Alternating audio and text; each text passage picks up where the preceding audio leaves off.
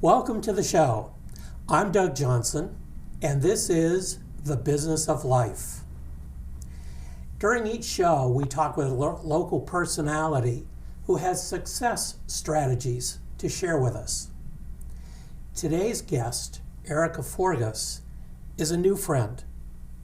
She is an entrepreneur who is a wellness specialist in every place on your body, from teeth to external to internal, and you'll see why I say that later. Anyway, Erica, thank you so much for being here today. Thank you. It sure is a pleasure. I mentioned that you are a wellness specialist, and I know that you're a registered dental hygienist, a licensed massage therapist, a Reiki master, and also a certified biofield tuning practitioner. What the heck is that? That's a great question. Basically, a biofield tuning practitioner is somebody who tunes up both your energetic body, your subtle energy body, and also your physical body at times. So what I do is I use tuning forks, which sounds a little bit crazy. Okay, and we have some here. Exactly, and so what I do is I use it to find disturbances in your subtle energy field. Some people might call that your aura. Depends on what you want to call it. And I can find those events or disturbances, and I can take that and smooth it out.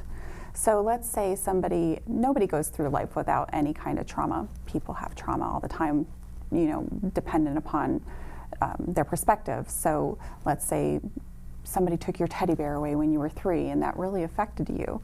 So I can find that event, and it feels a little bit strange and it feels maybe a little bit weird in your field, but I can take that and I can smooth it out. Now, I had a session with you that I found very interesting, and as we talked, when I left the session, I felt like a marionette on a string pulling my head up so I was standing straighter. I felt lighter. Yeah. Can you explain that a little bit? Sure. So basically, your subtle energy body records your entire life. It remembers everything. So it's kind of like dropping a needle on a record. So I can find those things, and it's kind of like emotional baggage that you're carrying around in your field. So what I'm doing is I'm taking that emotional baggage and I'm unpacking it. So I'm making your load a little bit lighter. So things like everyday experiences, death of somebody that you love or care about, all of those things can affect you. And no matter how much work you do on yourself, it's still in your record of your subtle energy body. So I take that and I make you less reactive to it and more responsive. So sometimes people leave sessions feeling a lot lighter, maybe a little bit more energetic, kind of feeling like the weight of the world has been lifted off of their shoulders. And how long does that feeling last? It depends, really. It depends on what that person does after the session. I can kind of make that load lighter right in my room, in my studio. But it depends on what the person does when they leave. If they go back out into the world and it just kind of static comes back in, or maybe something triggers that emotional event or a different emotional event. So it depends. For some people it's a week. For some people it's a month. It really is. It's sort of like working out. You can go and you can work out once and get a little bit of that adrenaline rush, or and it'll last a week, or it lasts a day. So it just has to kind of depend on the environment that you return to after you leave. Interesting. Now, when you did the session with me, you said that you would start like 6 feet out from my body was when I was born. Yes. And as you came closer, obviously right next to my body was now. Right. So can you talk about that a little bit? Sure. So it's basically, like I mentioned, dropping a needle on a record, and I hear songs. So some songs are happy, some songs are sad. And so just kind of depending on where I am in the field. So further out is kind of gestation and birth. So there I kind of pick up things that are more the energy of the people surrounding you and the experiences, because you've been inside your mother during that time and you experienced many of the things that she experienced during that time. So I hear that, and then it's just birth, and then I keep moving, keep moving, keep moving. I usually mark on the floor where my halfway point is. So let's say a person, for example, is 60 years old, that halfway point is 30 years old. So depending on where I am in the field and I hear that song or that sound, then I can kind of timeline it. So let's say I find something at age 15, it would be a quarter of the way through the field. Neat. Yeah. Interesting. Is there any way, Erica, that you could demonstrate to our audience you have tuning forks here? I Would do. it be possible to do something? Yeah, let's give it a shot. Okay. So I've never done anything like this before, okay, but I'm going to give it a shot. Let's try it. So I'm improvising a little bit here. So I'm just going to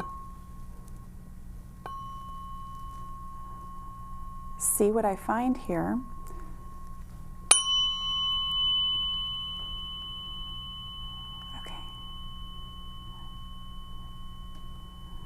So I found something here, and I'm just going to wait to see what it tells me. And it's just like listening to a song. There's a lot of breathing in this modality. Okay. So here I'm just getting a little bit of, I'm at the level of your heart, Doug, so I'm picking up a little bit of grief right here. Which can be, it doesn't always necessarily have to be a death or something along those lines. It can be an ending of a chapter, the death of a situation. It doesn't even have to be something that is sad, it's just an ending. And basically what I do is I feel the fork, and then I just listen to see what the fork tells me. So sometimes it gives me the entire emotion, sometimes it gives me just one facet of an emotion. For example, grief can be some sadness, some depression, some anxiety. Sometimes it tells me the whole emotion, or it can just give me one facet of that. And then sometimes the emotion can get locked in the body. So that's where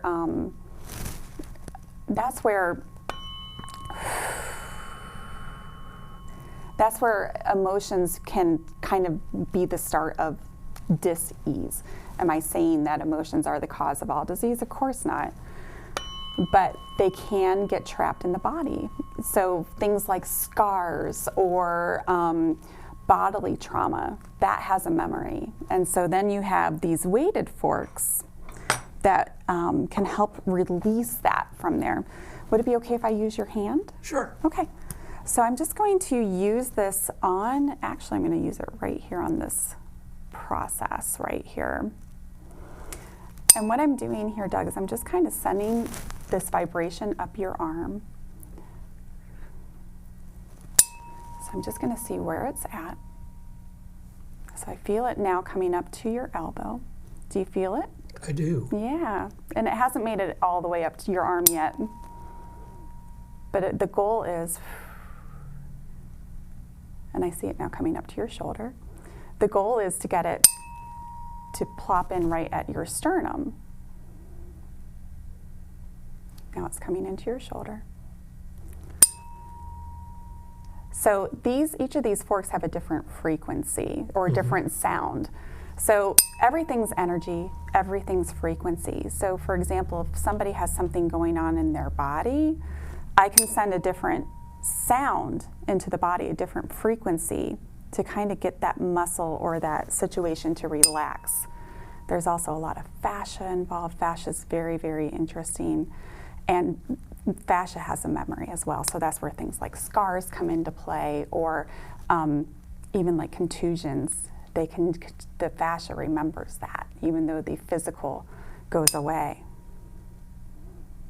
Good, now it's made it all the way to your heart. Do you feel that all the way? Yeah. Yeah. Kind of like right across here. Yeah. So the vibration just kind of travels up. And then also, it also will kind of tell the body to relax, and it also releases nitric oxide into your body, which is not a stimulant, but it's something that causes your body to relax and let go. Yeah. Well, thank you. You're welcome. I'm just really relaxed. I know. You can feel a difference. Yes, absolutely, absolutely. For example, I will use this on my dog. I use it on myself. I use it on clients. It's something that I think that people, once they feel it for the first time, at first they're like, "Ooh, this is strange," but then it's interesting, and people respond to it positively. So, this can be used for relaxation. Mm-hmm. It can be used almost as a therapeutic Yeah. tool. Yeah. And you mentioned not only on humans, but animals also. That's correct. That's correct. And my dog has had some surgical events the past year, and it's really interesting because last night he came to me and he just laid next to me when I was using that fork on myself, and so that's kind of his way of asking, "Please, I'm ready to be tuned." And I used it right on his scar, and I could feel the adhesions underneath his scar, and he let me really work on it. Now, you mentioned that the fork talks to you or sings to you. Does it actually say, well, there's an obstruction here, or is there kind of a musical interlude? Or So I'm not a musically inclined person, and I don't think that anybody who either would like to have a session or become more versed on this particular modality, I don't think that you have to have a good ear for it. For me, I feel it more in the fork.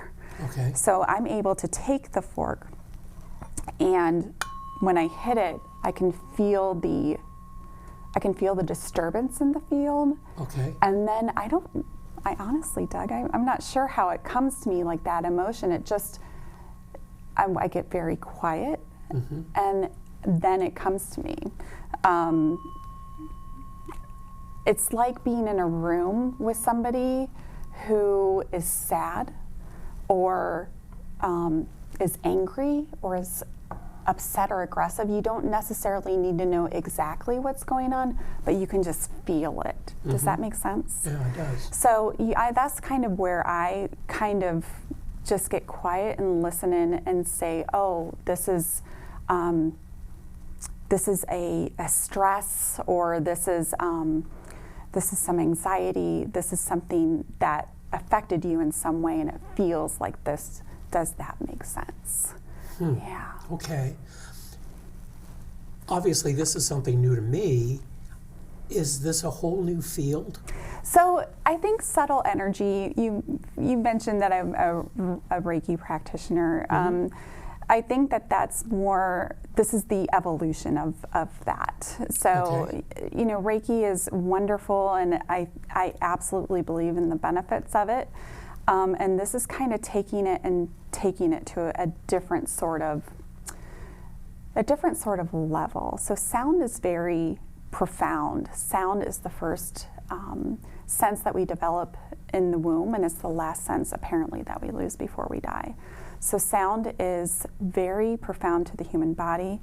It's a frequency. It affects every cell in your body. So think about how sound affects water, okay? We're 70% water. And so when I put coherent sound on your body, just like I did on your arm, and you could feel it travel up, it's taking the water in your cells and making it coherent. So it's sending that same vibration instead of all of these vibrations that we get throughout our day, our typical day, especially now with like Wi-Fi and and everything else out there that affects us. It jumbles the information. And so I'm taking that and I'm making it coherent again.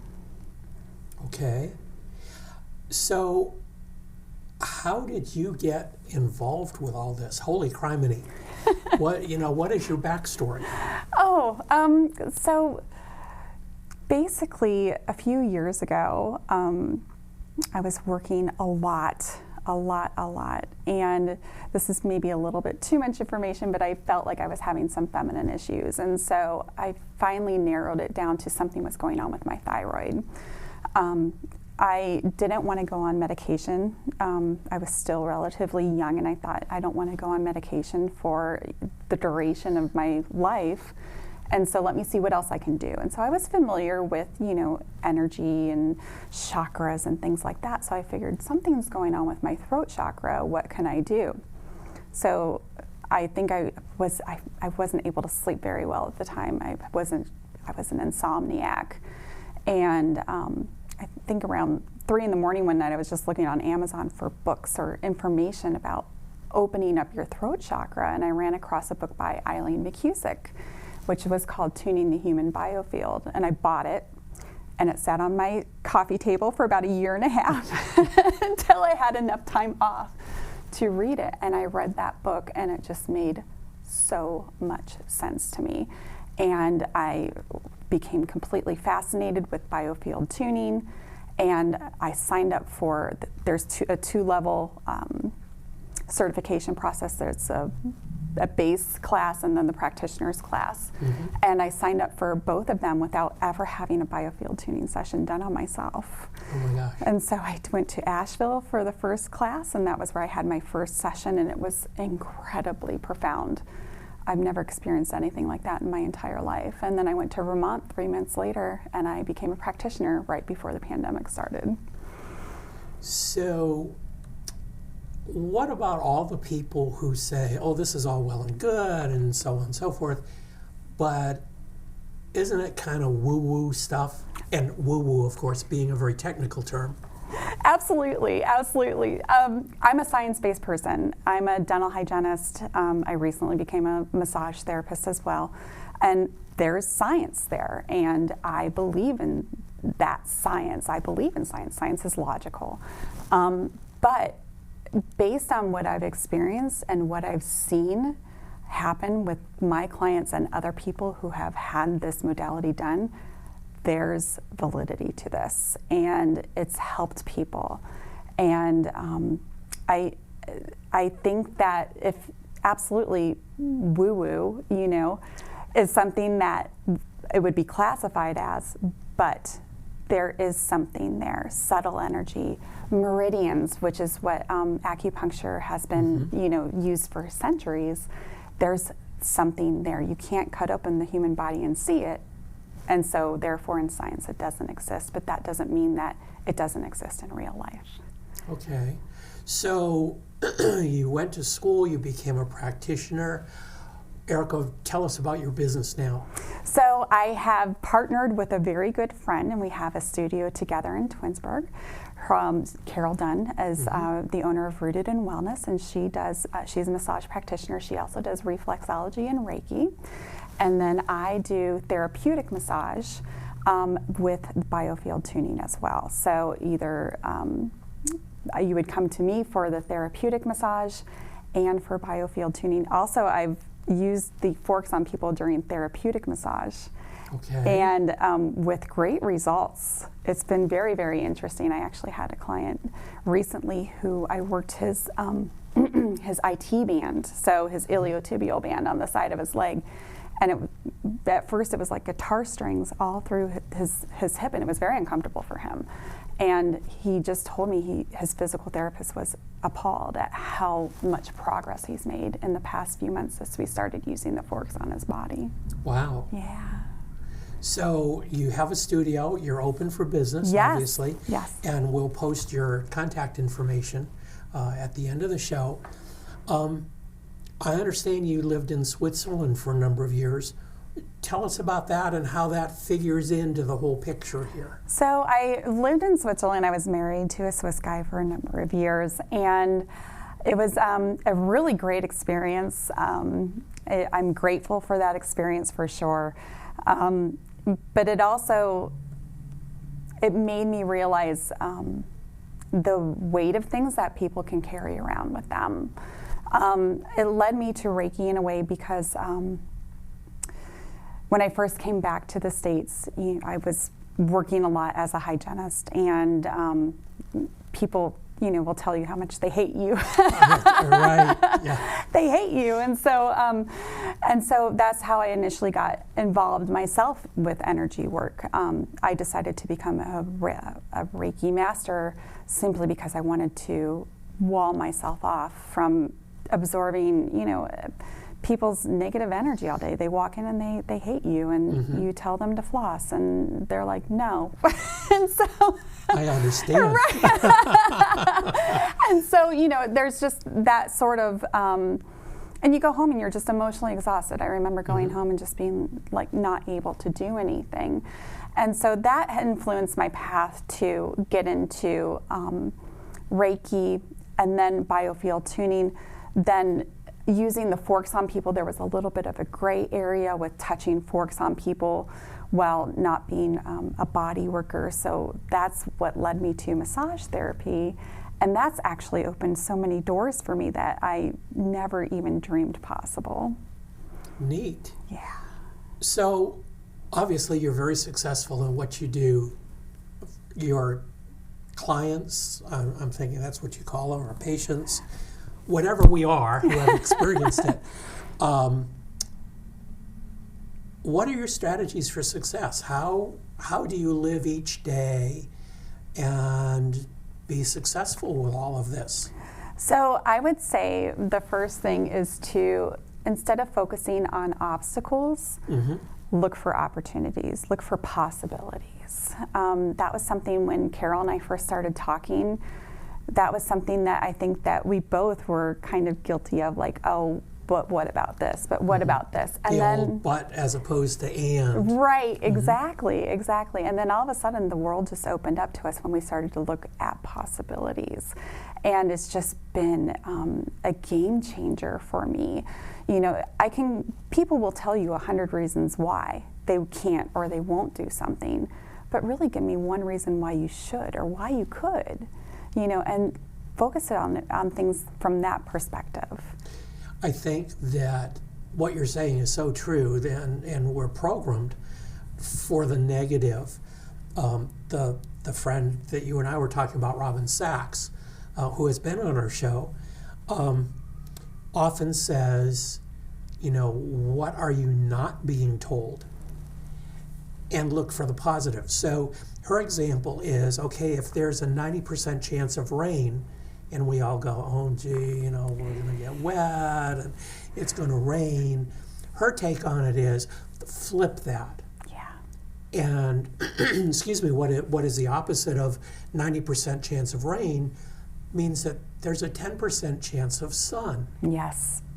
So her takeaway always is, whatever you're told or whatever you're thinking, flip that, and, 90% chance of rain, negative, 10% chance of sun, positive, right, for most of us.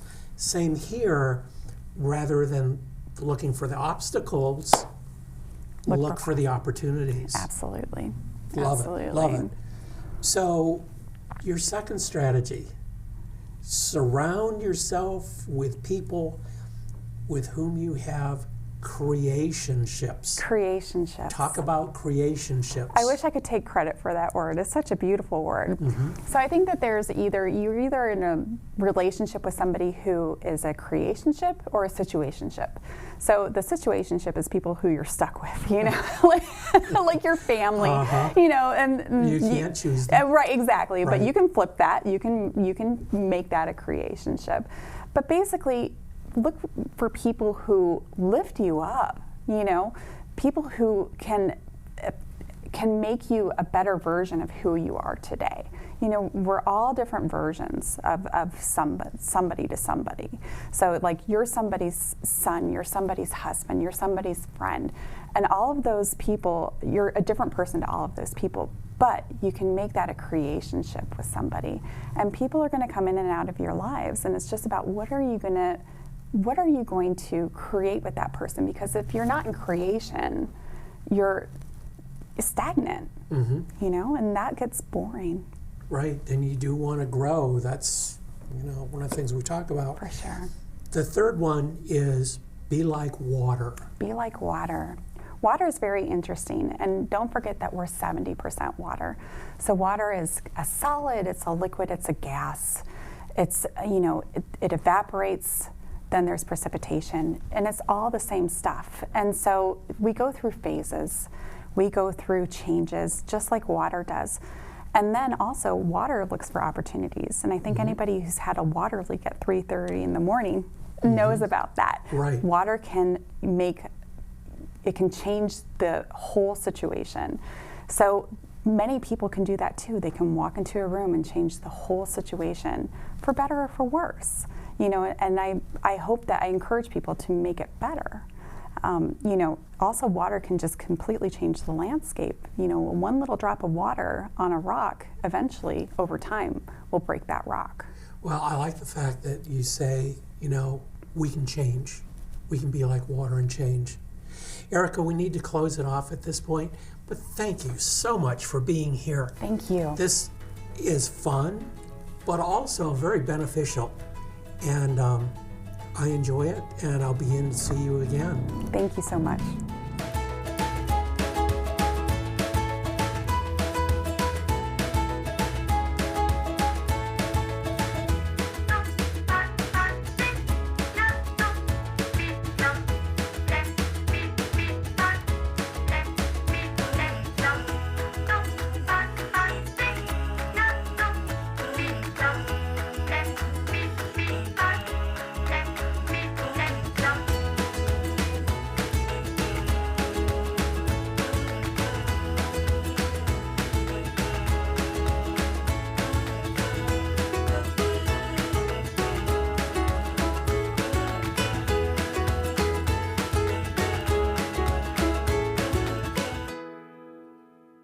What is wrong with our society? Good grief. I know the past months have been tough on everyone, but really, folks, the FAA has reported that in the first 6 months of 2021, there have been more incidents of unruly customers than there have been since 1995. Picture that.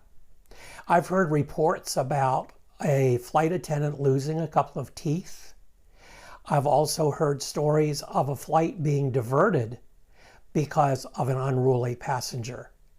And get this, one report talked about not only the flight attendants, but passengers actually duct taping a passenger to his seat to have him sit down. Now, really, there's a moral to this story.